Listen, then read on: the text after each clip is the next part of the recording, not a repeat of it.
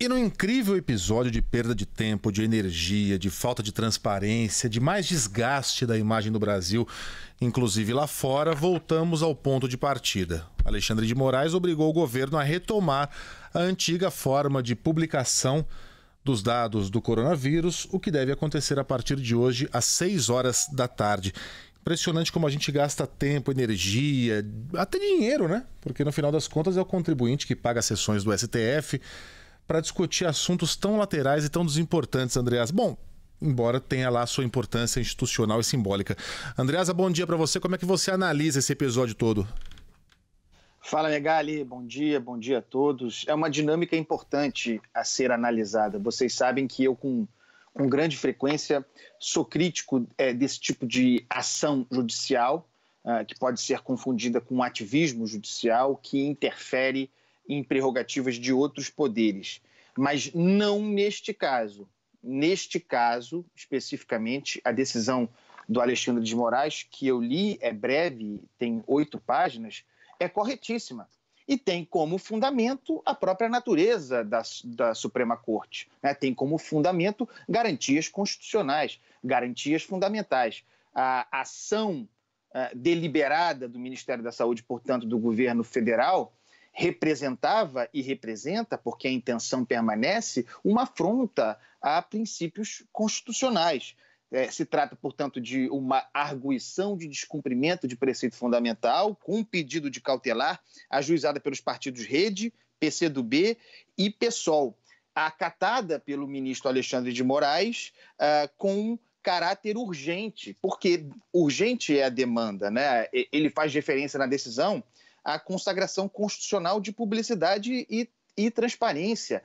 São caráteres fundamentais de prerrogativas individuais. As pessoas têm direito à informação. A ação do governo federal, por meio do seu Ministério da Saúde, em página vergonhosa para o general Pazuello, um representante do Exército, das Forças Armadas, se prestando a esse papel de ser, repito, vergonhosamente, cavalo da intenção, do desejo, da vontade do presidente da República, como se nós estivéssemos no império, né, e como se a impessoalidade não reinasse. O presidente quer que os números baixem. Como nós sabemos, que vergonha, gente, que vergonha para o Brasil. Como nós sabemos, o governo federal não atua, não trabalha, não deu nunca importância, como fica claro na anomia, na falta de ação, na falta de ministro no Ministério da Saúde, nunca deu importância para a gravidade sanitária dessa peste, portanto não trabalhou objetivamente para se reduzir o número de mortos, mas está muito incomodado com a notificação, com os registros de 24 horas de mais de 1.000 mortos, portanto tem de baixar. Queremos que baixe e tem gente que se presta a esse papel, evidentemente uma violação de princípios constitucionais, tem impessoalidade, publicidade, eficiência. O artigo 5º da Constituição Federal do Brasil, fundamental artigo 5º, diz lá, abro aspas, todos têm direito de receber dos órgãos públicos informações de seu interesse particular ou de interesse coletivo geral. Contra isso, portanto, contra a Constituição, contra o artigo 5º da Constituição Federal, trabalhava o governo Jair Bolsonaro. O ministro Alexandre de Moraes, portanto, determinou, em caráter liminar, como é sabido, que o governo retome, isso é muito importante, retome a modalidade de divulgação anteriormente empregada. Ele foi expresso a esse respeito. Ordenou que o Ministério da Saúde divulgue os dados, abro aspas, exatamente conforme realizado até 4 de junho. É o modelo de consolidação de casos notificados e confirmados nas últimas 24 horas. É um modelo que é questionável, pode se questionar, poderia ser diferente, mas é um modelo com o qual se tem trabalhado até agora. A que serve a mudança de metodologia nessa altura do campeonato? Então, uma decisão muito importante. E tem também, é preciso falar, pessoal, me permitam aqui, o lado bolsonarista dessa atuação. Esse é um processo de desinformação, né?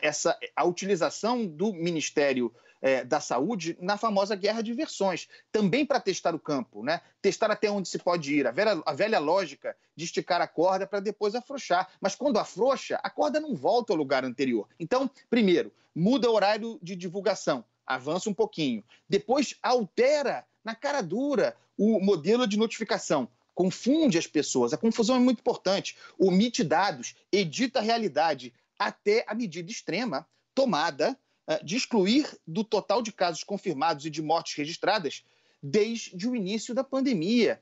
Vejam como se vai avançando. Agora vou recuar, vamos mudar o modelo. Mas já se avançou, já se plantou a controvérsia. E aí, para citar essa coluna, tem método nessa plantação de controvérsia. Porque isso consiste em transformar tudo, não mais em fatos, mas tudo em versões. Guerra de versões. Não existe mais fatos. Todos os números são questionados. A ciência é questionada. É um negacionismo. Se tudo é questionado, é controvérsia permanente. É guerra permanente. Guerra cultural permanente. Muito cuidado com isso, porque nós estamos num lugar agora em que o presidente diz publicamente que a consolidação e a exposição de números de vítimas da Covid-19 seriam ações para desestabilizá-lo. A esse ponto chegamos. A verdade, os fatos, a concretude, como uma ação do establishment, de forças nem tão ocultas assim, para derrubar o presidente da República. É grave, e a decisão gravíssimo, faz parte de uma gramática golpista, faz parte sim de uma gramática fascistoide, e a decisão do ministro Alexandre de Moraes vem para botar ordem na casa. Ele erra, quando erra a gente aponta. O inquérito fake news eu considero uma barbárie, mas essa é uma decisão correta. Andreasa, rapidinho, ainda falando sobre essa decisão e sobre a figura de Alexandre de Moraes, né? Você estava falando sobre essa guerra de versões e a segunda decisão que fica personalizada no ministro Alexandre de Moraes, o que tem alimentado, inclusive contra o próprio ministro, né, esse conflito permanente. Ou seja, é a figura do ministro representando a instituição Supremo Tribunal Federal. É possível, sim, e a gente viu essa tomada de decisão ser monocrática, ou a gente precisaria aguardar que se posicionassem os outros ministros do Supremo, até para escaparmos dessa coisa de personalizar no Alexandre de Moraes? Em primeiro lugar, Sheila, ótima questão. Essa foi o Alexandre de Moraes foi sorteado, né, para cuidar dessa matéria. Tem até os ministros do Supremo falando, mas que azar daria o ministro Alexandre de Moraes por ter sido sorteado. Eu sou um grande crítico da decisão monocrática. Acho que em muitos casos, houve o caso do Celso de Mello em relação à liberação daquele vídeo da reunião presidencial, houve o próprio Alexandre de Moraes em outras ocasiões em que, sim, poderia ter levado a plenário as suas decisões.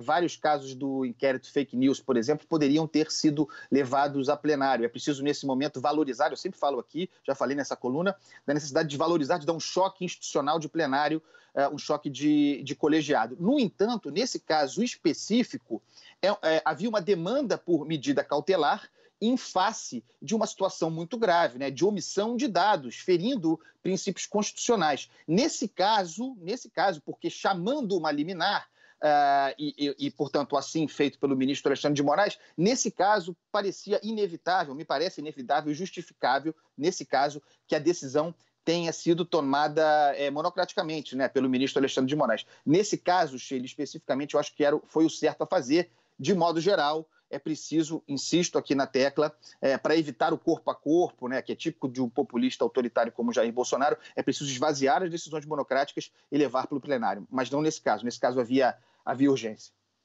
Andreasa, um beijo para você. Até amanhã, meu velho. Beijo. Parabéns pela entrevista ao Witzel, hein? Obrigado. Valeu, beijo. Não que tenhamos colhido grandes respostas, mas às vezes a pergunta vale mais que a resposta. Ele tentou... Aliás, tem muitos ouvintes escrevendo, poxa, ele não responde nada, né? Passou ali 5 minutos e não respondia, enfim. Gelo ensaboado. Eu ainda tô aqui? Tá. Você tá? Então me dá uns 30 segundos, Sheila, só para dizer o seguinte, o Wilson Witzel, nessa altura do campeonato, ao recuar e se mostrar doce para com o bolsonarismo, não espere que vá colher amor, tá? Na posição de fragilidade em que ele se encontra, sem apoio nenhum, tá dando a mão, vão lhe tomar o braço. Mas cada um faz suas escolhas. Até amanhã, meu velho. Beijo.